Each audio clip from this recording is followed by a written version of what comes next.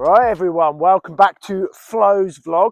Now, just to let you know, she looks a bit bigger here than she does in the video because most of the time when I'm making my videos, I'm making them about a month ahead of when they actually go. So all the footage that you see in this episode was from a month ago, but the intro and the exit to this video I've made a bit later on, so that's why she looks bigger. It's the same dog, I promise you. So in the last episode, you saw us doing some beginnings of longer basic memory retrieves. You saw us doing a little bit of left, right and back work, handling, and you also saw me doing some ball work with the stop whistle and stuff.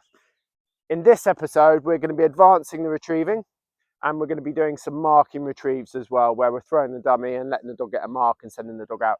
So we're working in 3 different phases. We've got handling, we've got stop work, we've got a bit of hunting, and we've got some sort of more long distance stuff that we're progressing in. What I would say is that none of my training, when you see these videos, I'm not doing these all in one session.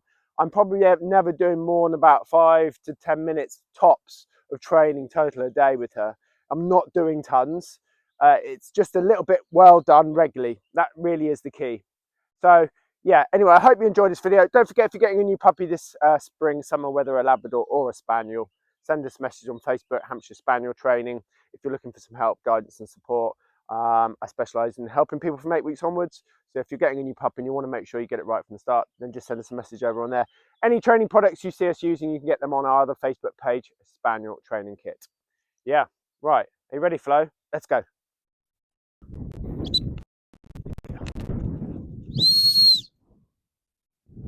Going in the toilet. So I guess the question is, what have I been doing these past weeks? Well, we've been working on sit. Good girl, good girl, good girl. Toilet, toilet. We've been working on sit, stopping, some left and right work, some back retrieves. We're going to talk about a bit of sit and stay stuff. If you've watched my Spaniel training page, you'll know that I never teach sit and stay, or I never teach heel work off the lead. They're all byproducts of other things that I do. Good girl, good girl. Toilet, toilet. Yeah, so I don't actually teach sit and stay, and I don't teach off the lead heel work. It all comes as byproducts of what we're going to do. I'm going to try and show a little bit of that in today's episode. Here, right now, oh, that car was a bit fast, wasn't it, Flo? We're just going to got a nice straight line here, and I'm using some paint rollers. So we're going to be going up to using the plastic white dummies that you see me using. You're going to get stung in there, but these are a good stepping stone. They're super light. It doesn't matter where the dog holds them, they'll hold them pretty straight. And so we're going to do some straight memory retrieves up and down here. So I don't know what you are doing there. Flo, Flo, come on. Good girl, good girl. Sit. So we put our retrieving lead on. What have you got mud on your face for, you donut? Right, so we're going to do a very basic memory retrieve. So we've got these, she likes these, which is good. So we're going to place this down in front of the camera. Actually, I'm going to drop it behind me as I walk. What I like about these is that they stand out really well, even at distance. Go on then, Flo. We'll fast forward this bit.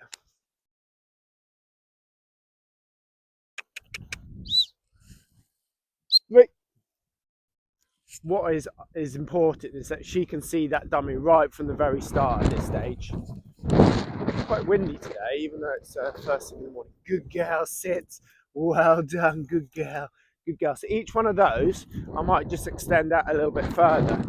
Now this time I'm going to, this wind could be causing us some problems. I'm actually going to make it sit that way because it's most visually easy for the dog to see. So I'm going to try and push the limit here. Hopefully my microphone carries on working. Look at that tail going. You like this, don't you? You like it, don't you? So we're going to push this out a little bit further this time. I'm also sit. I'm also going to give her a diversion the other way. I'll wait for this car to go past. That's a distraction, if anything. Sit. Wait.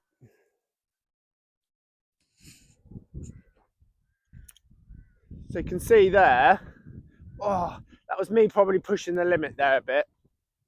Now it was very clear for me to see from where I am, but from her point of view, that was harder to see.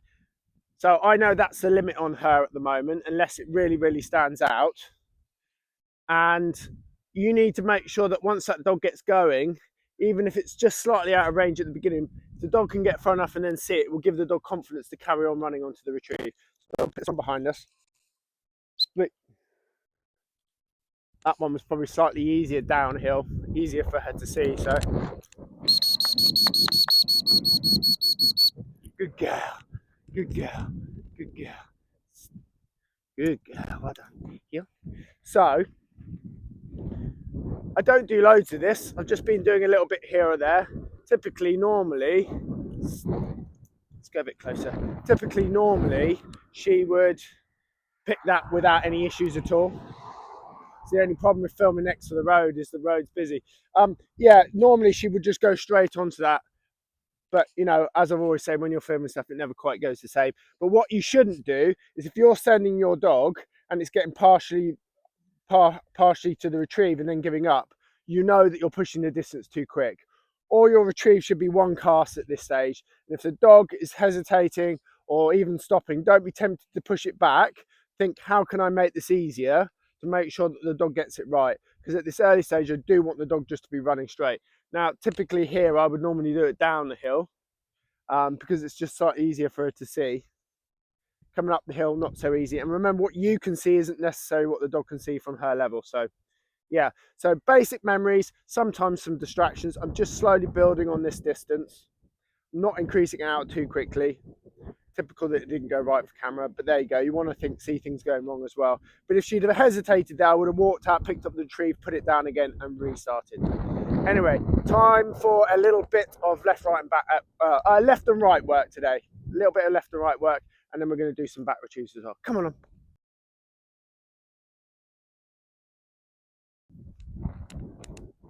Right, so again, I talked about this earlier. So I never teach sit and stay. As soon as I can do a straight send, which you'll have seen me do in previous videos, I start teaching a back retrieve. Now the thing is, when you put a retrieve behind the dog's back, the dog doesn't want to come towards you generally because it wants to go back and get the retrieve. Because you've got a training lead on, if the dog tries to go back, you can stop them, so you can enforce the fact that you want them to stay sat. Okay, by the way, we don't use the word stay, it's just sit, but I'm using that for your understanding.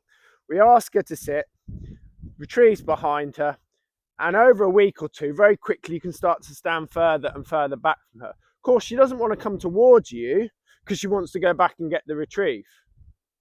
So she ends up getting stuck to the floor. And this is why I don't use place boards, because this method for me works really, really well. So I've got my little puppy retrieving lead. I'm using this, the dummy to make the dog stay sat because it doesn't want to come towards me. It doesn't want to go to, it wants to go towards the retrieve, and it gets glued to that spot. And then over the weeks to come, I increase the distance out, and the dog ends up learning to sit and stay without even realizing it. Same thing, all my early training's done with the retrieving lead on, and because the dog never gets any chance to do anything other than walk to heel, once you get to 5, 6 months old, if you've done this correctly, your dog will have just learnt to walk to heel. Without, one day you just take the lead off and the dog just does everything exactly the same. So I'm going to show you the basic back retrieve. I know you'll have all seen this before. So I'm going to turn her around, sit her up, literally just going to put a retrieve behind her like that. Okay, now for example, when I first start it, it's literally just like that. Good girl, good girl. Ah, good girl. Okay, so very quickly, I'm able to put the retrieve behind the dog, sit, and I'm already able to back off the dog. She doesn't move towards it because she's had the trainer to stop her doing that, and she's also not trying to go back. So right hand, she turns to my right, her left to go back. So as quickly as I can do that. So the other way you can do it is you can walk out, make the dog sit, put the retrieve down like that, turn, make the dog sit, turn and face the dog, sit, not stay, just sit. Left hand, I'm going to push her back. She turned to my left. So good girl, good girl. So that's the very basic form of what I'm talking about. And as I'm training, I just push her further and further. Now, the distance that the retrieves are from her don't massively increase at this stage. They're all very, very visual. Everything at this stage is visual, apart from dedicated hump work, okay? I'm wanting to increase the distance I'm stood from her. And I would just practice alternating between my left and right hand. A lot of trainers only teach the dog to go back using one hand, or they might use either hand, but they leave it up to the dog. For me, I like to be more precise than that. If I use my right hand, I expect them to turn to my right to go back. And if I use my left hand, I expect them to turn to my left and go back. And that's to do with out in the shooting field later. Sometimes a dog will see a bird get shot over there and you want to push your dog back. If you can push your dog back with your left hand, you're going to be turning it away from the retrieve that's out there, and it gives you a better chance of getting the dog out to retrieve. Vice versa on the other side. So that's why I do it. And sometimes I want somewhere between the two. That's a bit more advanced. We won't talk about that now. So I've probably been doing, up to now, sit. I've probably got up to maybe about this sort of distance away from her without sending her. Very fragile at this stage though, so you mustn't become too complacent, good girl, too quickly. But that's the sort of distance I've been building up. I've been throwing the retrievers a little bit further than that from her, but not much more. The next thing I've been going into is increasing the distance out on my lefts and rights. So in the last video, you saw me doing a very basic left or right, and I'm just going to show you where we've moved on from that. We've got a bit of a track here. I probably got up to the point where I'm maybe 5 or 6 meters back from her, pushing her left and right. Again, at this stage, it's really important that these retrieves are visual. She must turn and see them straight away. You want short grass and you want a high vis dummy. This is not about the dog hunting an area to find a retrieve. I didn't see her drop that. It's literally about the dog reading a command and making the correct choice of it. So let's do a few lefts and rights. Shall we? Come on and Flo. So I need to cut this grass, don't we? Sit. So for example, if I put a retrieve out to the right, and then I'm going to put one out to the left. It's windy this morning. Sit. See, I'm going to do a high stop, drop to my hip and push out from my hip. Good girl. Now I want to come back to the spot where she was sat for 2 reasons. One, good girl, I want to block the retrieve that's behind me. Otherwise there's a high chance your dog is going to run past you and try and pick that one as well. And the other thing is, it means I can sit her up, ready to go into the next retrieve. Right.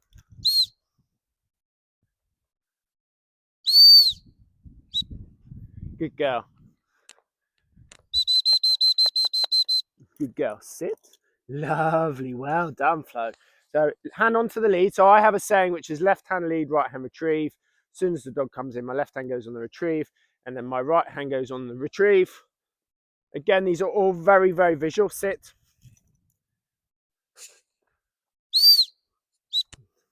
Only do a few of these. This is still prep work. This isn't, she's only 4 months old.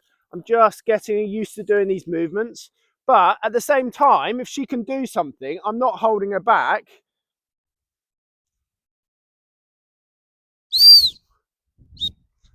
Good girl. Good girl. Good girl. So, as you go, you sort of saw the distance they were then. As I said, I won't really push the length of the retrieve that she's running on, but I am increasing distance that I'm stood from her. Now, very soon I'm going to outgrow the space, and then I'll need to look for a different space. But typically at this stage, you want really short grass where the dummies stand out so that there's no issues with the dog seeing the retrieves. That's super, super important at this stage, isn't it? So that gives you a bit of an idea of the bits we've been doing. So some nice basic memory retrieves like you saw me doing earlier. The beginnings of the back retrieves a bit more formal than when you saw in the last video. And then also some lefts and rights, and I'm increasing the distance out. I've done far more in this video than I would do on a daily session. I literally am not doing that much, just taking my time, schooling her, letting her experience little bits here or there. But mostly what I'm doing is still just taking her out and letting her have a romp around. But within that, there are some criteria and parameters that I'm sticking within, and I'm also going to try and show you that next. Right, come on then, Flo. Right, so something else this comes over from my Spaniel influence, and this is a drill that's incorporating. It's a bit of fun. It's great to do at the end of a session. Actually, going to take off her retrieving lead for this because I don't need it. It's incorporating a hump whistle, stop whistle, concentration, increasing drive. Now with this, it's hard for me to talk and do it at the same time because there's a lot of whistle. But basically, sit. I'm trying to teach her to sit. I'm trying to teach her to understand the release from a sat position with the hump whistle. And also it's working on the stop, and you'll see what I mean. It's at the end of a session because it tends to rev the dog up. Good girl. All the time she hears that hump whistle, she's allowed to try and pick the retrieve, no matter what it's doing. Okay?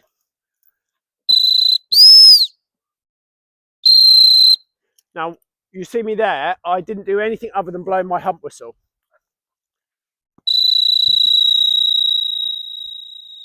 Now, you see that hesitation there? It's because on the one before I'd stopped her, and that's completely part of this. So you wouldn't ever do another stop or try and do another stop until the dog has shown you no hesitation. Nasty sharp claws at this point. Good girl, good girl, good girl. I do bounces, I do throws, I try and be very inconsistent with what I do so that she doesn't get sticky. When you're stopping a dog, there are lots of issues that can come off the back of that. And so knowing when, look, drawn blood on me. Good girl. Good girl. Good girl, good girl. That's what we're looking for. Now, typically the ones after this that you do, the dog will be steady. But what I'll do is I'll just keep blowing my hump whistle. And I try not to help her. She's got to realise that hump whistle means you can break out of sit and try and pick a retrieve. I'm doing very inconsistent types of drops and throws and rolls so that she doesn't get used to the same thing. Good girl, good girl, good girl.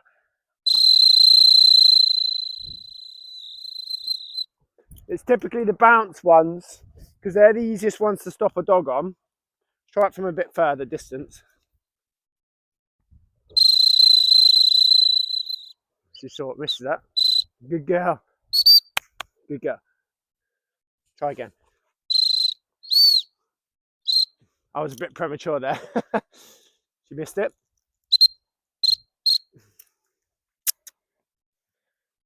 Here we go. Ready? They've got to see the retrieve move. If they don't, they won't go for it a lot of the time. Anyway, basically, been stabbed by you. Basically, all the time she's moving, I'm trying to keep the ball moving. Hump whistle all the time. All the time she's hearing that hump whistle, she's allowed to pick the retrieve. Okay? And I just build on that and build on that. It's just a little fun game to do at the end of the session. I don't do it at the beginning of the session because it tends to rev a dog up. So when a dog's a bit tired, it's a great way of getting a bit more out of them. Because it's very, very fun, basically. If you do it at the beginning of the session, they tend to be too lively and you get even more hurt than I have. So, but basically, all the time she hears that hump whistle, she is allowed to try and pick the retrieve. So later, when I stop her out on a retrieve and I tell her hunt, she's going to know how to break out of that position and hunt that area. I don't necessarily always want to push the dog back left or right. Sometimes the dog might be in the right area and I'm just saying hunt. And this is her beginning to learn how to stop, but also how to break out of stop and hunt. That's the idea anyway. Right, come on. Right, everyone. Well, I hope you've enjoyed this latest episode of Flo's vlog. Hopefully there'll be another one in about a month's time. Don't forget, if you're getting a new puppy or looking for some help with your training, whether a Labrador or a Spaniel, you can send us a message on our Facebook page, Hampshire Spaniel Training, and I can give you some information on how my online training works, which is all done through WhatsApp. If you're looking for any training products, everything you see me using is available on my other Facebook page, Spaniel Training Kit. Send us a message on there. We can send you a price list through. And don't forget to like and subscribe. It really does help me. I try and put a lot of effort into these videos. So when you do that, it does help. It helps me out a lot. So other than that, enjoy your puppy if you're getting one, and happy training. Come on.